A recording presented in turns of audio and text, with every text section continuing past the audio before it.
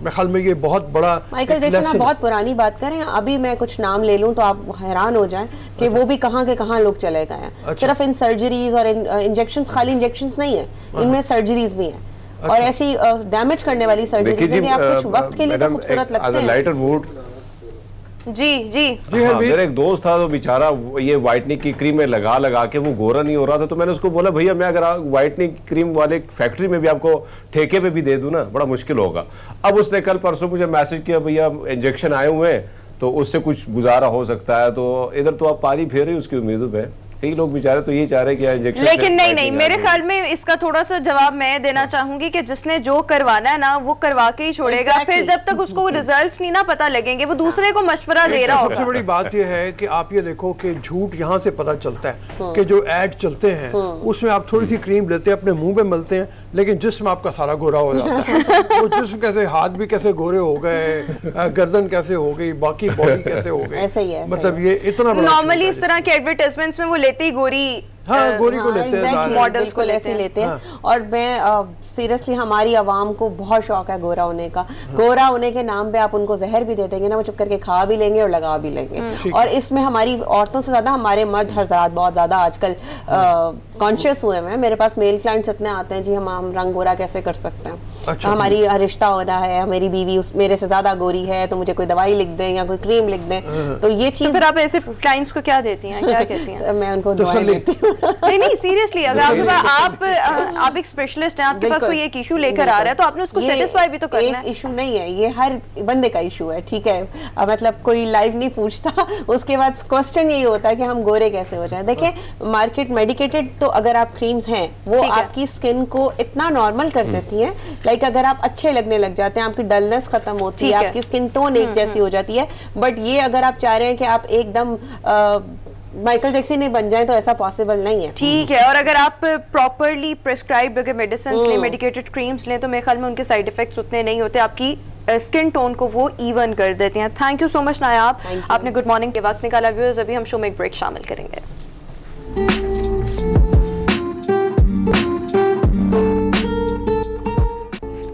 Break کے بعد ایک بار پھر سے شو میں آپ کو خوش آمدید کہیں گے. ریلوے میں سفر کرنے والے مرد حضرات کے لیے ایک بری خبر ہے, اور وہ بری خبر یہ ہے کہ اب مرد حضرات کچھ دنوں کے لیے سفر نہیں کر سکیں گے. اکیلے اگر سفر کرنا ہوگا ان کو ٹکٹس ہی جاری نہیں کیے جائیں گے. فیملی کے ساتھ البتہ سفر کیا جا سکتا ہے, پر اکیلے نہیں کیا جائے گا. اور اچھی بات کیا ہے رؤوف صاحب, اچھا بنا اینگل آپ بتا دیں. ہاں اچھی بات یہ ہے کہ یہ سفر صرف پابندی جو ہے یہ لاہور سے پنڈی کے لیے ہے. لاہور سے پنڈی جو جانے والے ہیں ان کے لیے پابندی یہ ہے. اس کی وجہ جو ہے وہ ظاہر ہے کہ ایک احتجاج ہو رہا ہے, اس احتجاج میں لوگ اکٹھے ہو کے وہاں پہ نہ پہنچ پائیں, تو یہ کچھ عرصے کے لیے ہے. امید یہ ہے کہ جلدی جب مذاکرات کامیاب ہو جائیں گے اور یہ احتجاج کرنے والے واپس چلے جائیں گے تو پھر اس کے بعد یہ پابندی بھی ختم ہو جائے گی. لیکن فی الحال حرمیت صاحب آپ کے شہر میں نہیں آ سکتا کوئی, اگر وہ اکیلا ہے تو اس کو اپنے ساتھ اپنی فیملی کو لانا ہوگا. سر میں معذرت کے ساتھ کہنا پڑ رہا ہے مجھے کہ ریلوے کی پابندی تو لگ گئی ہے, لیکن جن کا یہ ذکر کر رہے تھے کہ وہ نہیں پہنچ پائیں گے وہ پہنچ چکے ہیں, اور آپ کا پورا راول پنڈی کا ایریا اور یہ تمام تر جگہوں پہ ان کا قبضہ جم چکا ہے.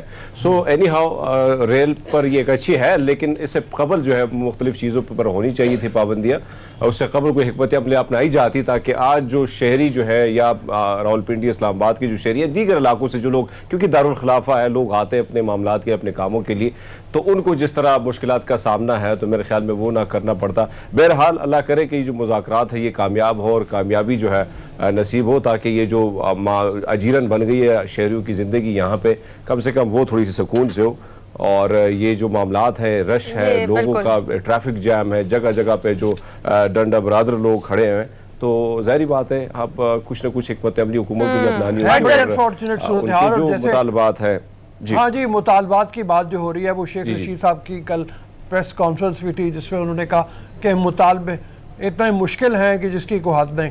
اس کی وجہ یہ ہے کہ کوئی سفارت خانہ